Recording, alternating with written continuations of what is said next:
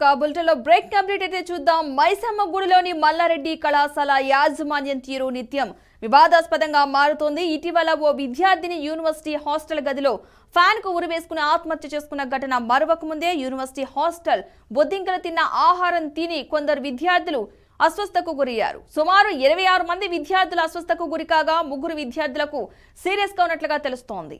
ఇక అర్ధరాత్రి విద్యార్థులైతే ఆందోళన అయితే కొనసాగిస్తూ ఉన్నారు. అర్ధరాత్రి నుంచి ఫుడ్ పాయిజన్ జరిగినట్లు మైసమ్మ గూడలోని మల్లారెడ్డి కళాశాల యాజమాన్యం తీరు అయితే నిత్యం వివాదాస్పదంగా మారుతోంది. ఇటీవల ఓ విద్యార్థిని యూనివర్సిటీ హాస్టల్ గదిలో ఫ్యాన్ కు ఉరివేసుకుని ఆత్మహత్య చేసుకున్న ఘటన మరొక ముందే యూనివర్సిటీ హాస్టల్లో బొద్దింకలు తిన్న ఆహారం తిని కొందరు విద్యార్థులైతే అస్వస్థకు గురయ్యారు. సుమారు 26 మంది విద్యార్థులు అస్వస్థకు గురికాగా 3 విద్యార్థులకు సీరియస్ గా ఉన్నట్లుగా తెలుస్తోంది.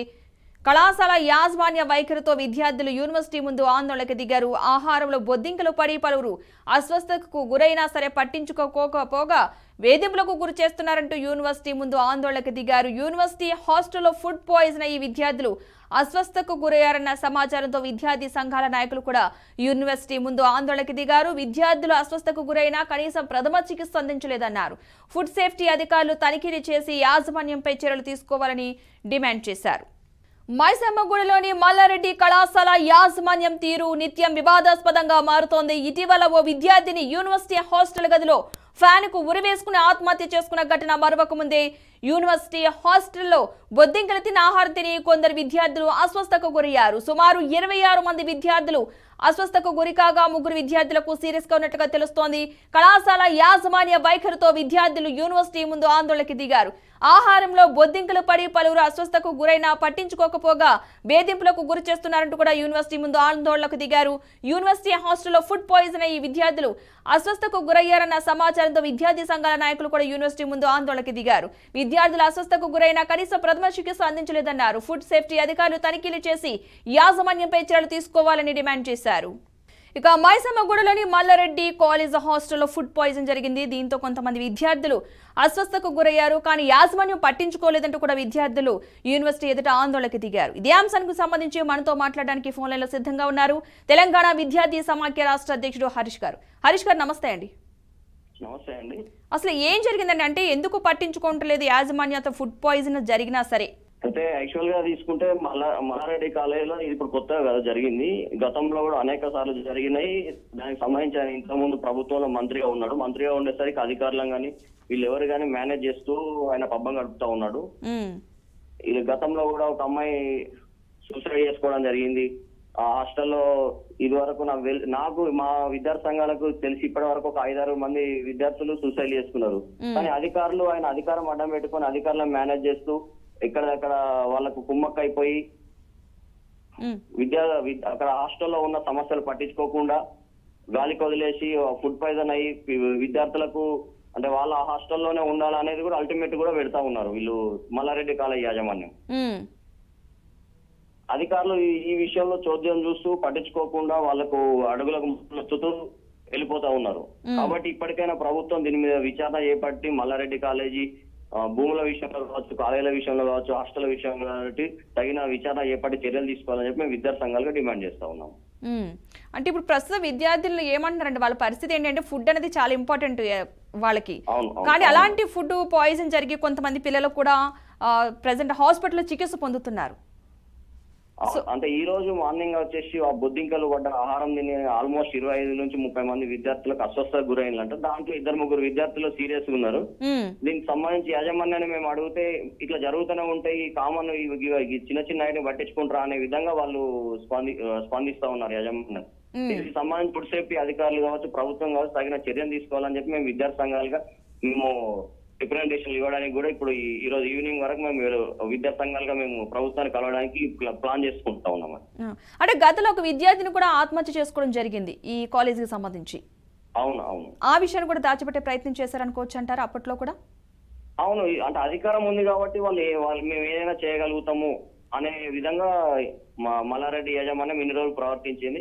కాబట్టి ఇప్పటికైనా ప్రజాప్రభుత్వం వచ్చింది. ఈ ప్రభుత్వంలో మల్లారెడ్డి కాలేజీల మీద తగిన విచారణ చేస్తారని చెప్పి కూడా మేము భావిస్తా ఉన్నాం. అంటే గతంలో ఇలా చాలా సార్లు జరిగింది, చాలా సార్లు విద్యార్థులు చెప్పడం జరిగింది మాకు ఈ సమస్య ఉందని చెప్పేసి కాలేజ్ ముందు అడగడం కూడా జరిగింది. కానీ ఇప్పుడు పదే పదే రిపీట్ అవుతుంది కదా, నెక్స్ట్ ఎలాగంటే న్యాయం జరుగుద్దని అనుకుంటున్నారా? అంటే ఇప్పుడు విద్యార్థులు కావచ్చు, ఈ విషయం మీద వాళ్ళు అడగడానికి వెళ్తే రేపు వాళ్ళ దగ్గర అటు ఆటోనమస్లు ఉన్నాయి, మేము సెమిస్టర్ లో కావచ్చు, మీకు మార్కుల విషయంలో కావచ్చు, కొన్ని విషయాలలో అడిగిన విద్యార్థులను టార్గెట్ చేస్తున్నారు అని చెప్పి కూడా విద్యార్థులు బయటికి చెప్పుకోలేని పరిస్థితి. దీనికి సంబంధించి ప్రభుత్వము వీటి మీద కూడా దృష్టి పెట్టాలని చెప్పి మేము విద్యార్థి సంఘాలుగా ప్రభుత్వాన్ని డిమాండ్ చేస్తా ఉన్నాం. అంటే విద్యార్థుల నుంచి కూడా కొన్ని మాటలు అయితే వినడం జరిగిందండి. అంటే యాజమాన్యం చెప్పిన మాట వినకపోతే కొంతమందిని ఫెయిల్ చేసేస్తున్నారని, అంటే మార్క్స్ తగ్గించి, అంటే వాళ్ళ మానసికంగా వాళ్ళని వెనక్కి లాగేస్తున్నారని. అంటే చదివే విద్యార్థులు ఉంటారు, వాళ్ళు కూడా మార్క్స్ తగ్గించి కొంచెం గట్టిగా మాట్లాడితే వాళ్ళ మార్క్స్ తగ్గించేయడం, వాళ్ళు ఫెయిల్ చేయడం జరుగుతుందని విన. ఇందులో వాస్తవం ఉందంటారా? అవునండి, అది జరుగుతుంది కాబట్టి విద్యార్థులు కావచ్చు కానీ బయటకి చెప్పుకోలేక వాళ్ళు లోపల మదన పడుతూ మానసిక సంఘర్షణకు గురవుతూ కొంతమంది సూసైడ్ చేసుకోవడం కూడా జరిగిందండి ఈ మార్కుల విషయంలో.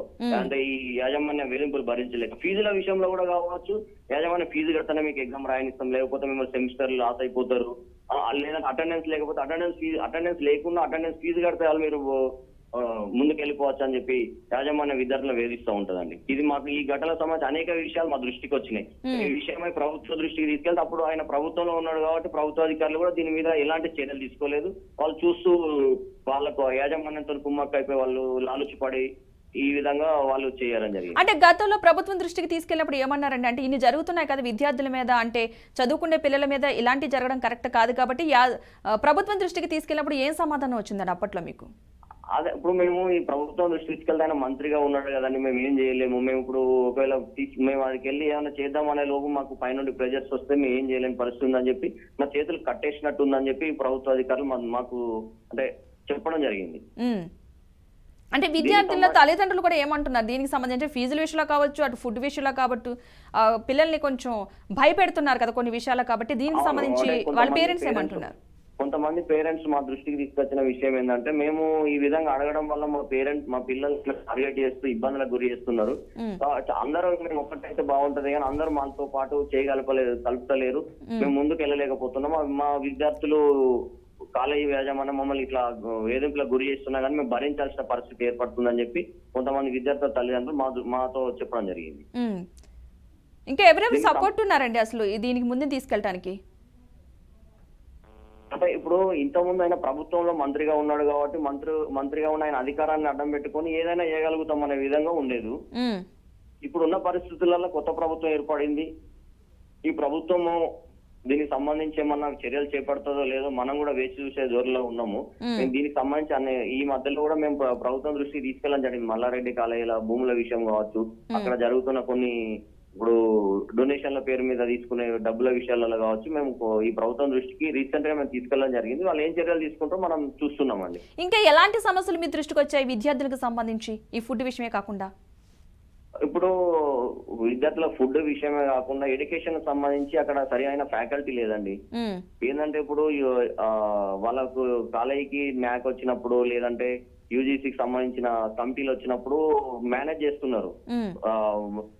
ఆ టైం వరకు లెక్చరర్స్ ని వాళ్ళని క్వాలిఫైడ్ వాళ్ళని తీసుకొచ్చి వాళ్ళని చూపిస్తున్నారు, బొమ్మ చూపించేసి తర్వాత వాళ్ళ అవసరం అయిపోయినాక వాళ్ళు ఏం లేదు అదే బీటెక్ అయిపోయిన వీళ్ళతోని చెప్పిస్తున్నారు. సరిగ్గా సాలరీస్ కూడా ఇవ్వట్లేదు అనేది అక్కడ ఉన్న అధ్యాపకుల ఆరోపణలు. అంటే వాళ్ళు కూడా మీకేం సపోర్ట్ చేస్తున్నారా ఈసారి ఏమన్నా? అదే చూస్తామండి, ఎందుకంటే అందరినీ సపోర్ట్ కలుపుకోపోయడానికి మనం ప్రయత్నం చేస్తున్నాము, ఎంతమంది కలిసి వస్తారో చూడాలండి. ఓకే, రైట్, థ్యాంక్ యూ అండి హరీష్ గారు. మొత్తంగా అయితే మల్లారెడ్డి కాలేజీలో జరుగుతున్న ఉదంతాల గురించి బయటపెట్టడం జరుగుతుంది. ఫుడ్ విషయంలో చాలాసార్లు కంప్లైంట్ ఇచ్చినా సరే పట్టించుకోవడం లేదంటూ కూడా విద్యార్థులు ఆందోళనకు గురవుతున్నారు. ఫుడ్ పాయిజన్ జరిగి ఇప్పటికే చాలా మంది పిల్లలైతే ఆసుపత్రిలో చికిత్స పొందుతున్న వైనం అయితే కనిపిస్తుంది. అందులో 3 పరిస్థితి అయితే విషమంగా ఉన్నట్లుగా అయితే సమాచారం అందుతుంది. ఈ విషయంలో యాజమాన్యంపై చర్య తీసుకోవాలంటూ కూడా విద్యార్థి సంఘాలు కూడా డిమాండ్ చేస్తున్న వైనం అయితే మనం చూస్తూ ఉన్నాం. Thank you.